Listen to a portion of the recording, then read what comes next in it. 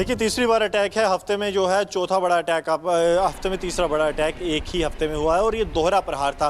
क्योंकि सबसे पहले आतंकी ये जो पाकिस्तान जिसे आतंकी हमला बता रहा है, जो कि बलूचिस्तान लिबरेशन आर्मी की तरफ से किया गया है, इसमें सबसे पहले उनकी मजीद ब्रिगेड, जो कि उनकी फिदाइन ब्रिगेड है, उसकी तरफ से इन जो पाकिस्तानी सेना के वाहन थे उन्हें निशाना बनाया गया। सबसे पहले फिदाइन अटैक हुआ, 8 गाड़ियों का काफिला था, तकरीबन 12 से 15 लोग एक गाड़ी में रहे हैं जब ये हमला किया गया। उसके बाद क्योंकि फिदाइन अटैक पर एक गाड़ी को टारगेट किया जा सकता है, 2 को किया जा सकता है, बाकी लोग लेकर कर ना भागे, इसके लिए जो फतेह स्क्वाड है, जो कि स्पेशल फाइटर्स हैं, स्पेशल कमांडोज हैं, बलूचिस्तान रिपब्लिकन आर्मी के, बलूचिस्तान लिबरेशन आर्मी के, जो कि दोनों इकट्ठे ऑपरेट करती हैं बलूचिस्तान में, बलूचिस्तान के आम आवाम के हकूक के लिए, उनके जो राइट्स हैं उनके लिए, वो जो है उन्होंने स्ट्राइक किया। एक के बाद एक हमले से जो है कोई भी पाकिस्तानी सेना का जो जवान था वो बलूचिस्तान लिबरेशन आर्मी के कब्जे से निकल नहीं पाया। और BLA की तरफ से जो एक अधिवक्ता की तरफ से बयान जारी किया गया है, उसमें कहा गया है प्रवक्ता की तरफ से कि 90 जो पाकिस्तानी सैनिक हैं वो मार गिराए गए हैं, जिससे आप समझ सकते हैं कि किस तरह से एक बड़े हमले को अंजाम दिया गया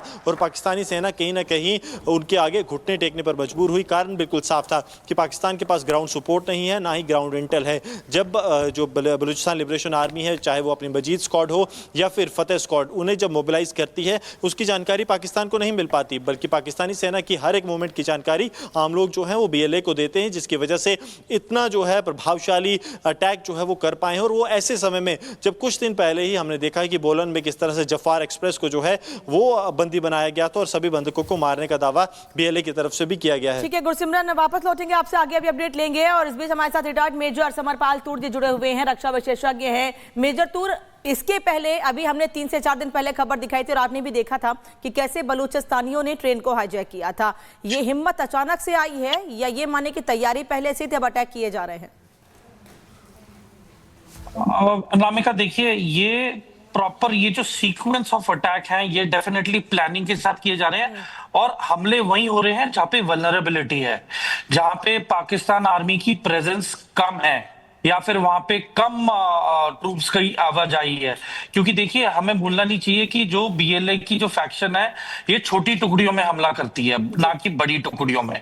तो जहां जहां आइसोलेटेड जगहें होंगी, जहां पे आइसोलेटेड पोस्टें होंगी, जहां पे कम ट्रैफिक है, वो 101% एरियाज को टारगेट किया जाएगा, जिसकी वजह से पाकिस्तान आर्मी की जो सप्लाई चेन है अब वो डिसरप्ट करने वाली स्टेज पे आ चुकी है। अब ये कट ऑफ होंगे एक एक करके और फिर छोटे छोटे जो कस्बे हैं इनको इंडिपेंडेंटली BLA इन पे अपना कब्जा करेगी और डोमिनेट करेगी।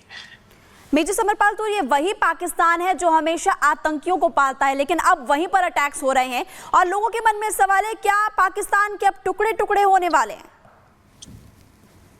देखिए, जिस तरीके से आप देखिए, सीक्वेंस को देखिए कि जिस तरीके से पहले द एस्टैब्लिशमेंट, बेसिकली पाकिस्तान जो है वो एस्टैब्लिशमेंट के जरिए चलता है, वो है उनकी मिलिट्री।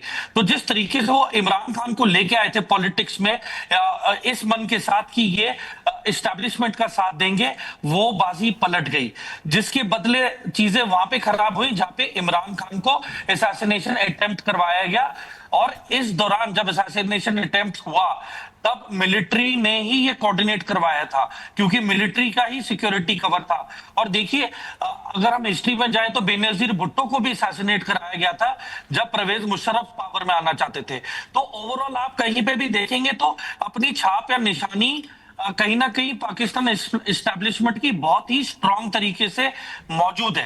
तो जहां तक यहाँ का सवाल है, मुझे लग रहा है कि जिस तरीके से बलूचिस्तान में जवान बच्चे और नौजवान जो आदमी हैं जिनको मारा गया, जिनके मैस ग्रेव्स आज की तारीख में मिल रहे हैं गोपनीय तरीके से, तो मुझे लगता है कि अब बलूचिस्तान की आवाम ने आवाज उठा ली है और ऐलान कर दिया है जंग का।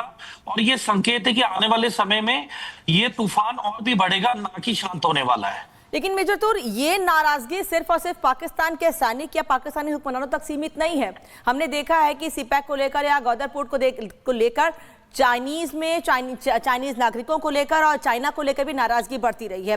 तो ये एक मैसेजिंग है पाकिस्तानी सेना पर हमला करने का चीन को कि अगर आप हमारी तरफ बढ़ेंगे तो आपका भी वही हाल होगा।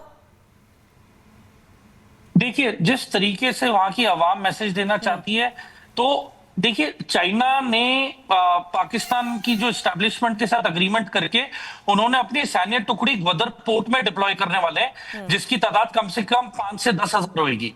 तो देखिए, किसी भी मुल्क की आवाम को ये अच्छी बात नहीं लगेगी कि उनके रहते रहते और उनकी फौज की वहां मौजूदगी के बावजूद आप किसी बाहर की सेना को भी वहां पे आने का इन्विटेशन दे रहे हैं। तो और इस तरीके से देखिए, जो आतंकवादी गुट है जैसे कि बीएलए हो गया, बीएलएफ हो गया, फिर तहरीक तालिबान पाकिस्तान हो गया, ठीक है, ये एक तरफ हो गए हैं।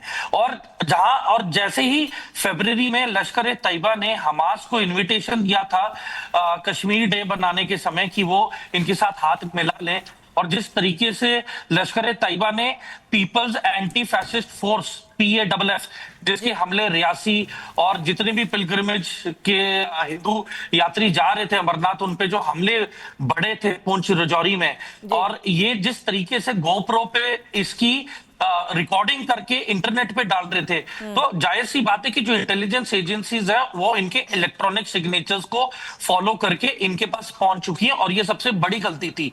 ये समझ रहे थे कि इंडियन फोर्सेस और पब्लिक पे जो हमले हैं उसकी वीडियो रिकॉर्डिंग डाल के हमारा मनोबल तोड़ा जाएगा, पर ये उल्टा बैकफायर कर गया है।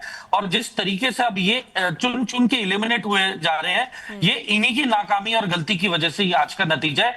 और फिर अब आप देखेंगे कि लश्कर तैयबा, हरकतुल मुजाहिदीन, ये सारे जो आतंकवादी गुट हैं जो पाकिस्तान बेस्ड कश्मीर के लिए लड़ रहे थे, अब इनका मुकाबला BLA, BLF, तहरीक तालिबान पाकिस्तान और अफगानिस्तान की तालिबान के साथ मतलब है। तो इनकी आपसी रंजिश वाले समय में BLA के लड़ाके या फिर जो दूसरे गुट हैं वो एक साथ और आकर पाकिस्तान की मुश्किलें बढ़ाएंगे, तो ये कहना गलत नहीं होगा। और पाकिस्तान अब घिर चुका है उन लोगों से जिसको खुद पाकिस्तान ने पाला पोसा, अब उसके लिए वही मुश्किलें खड़ी कर रहे हैं। बहुत बहुत धन्यवाद आपका जुड़ने के लिए और समय देने के लिए मेजर तूर। लेकिन जो भारत का दुश्मन है वो जहां भी है, भारत लगातार उसको जवाब देता रहा है और उसका खात्मा भी तय माना जा रहा है। जो भारत को नुकसान पहुंचाएगा वो जहन्नुम जाएगा।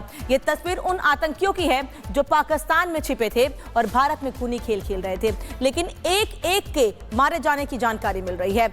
अनजान लोग जो लगातार भारत पर हमला कर रहे थे, अब उन लोगों को लगातार टारगेट किया जा रहा है। इन आतंकियों का खात्मा भी किया जा रहा है और आज फिर एक आतंकी ढेर हो गया है। हाफिज के करीबी और रियासी हमले का मास्टरमाइंड अबू कताल मारा गया है।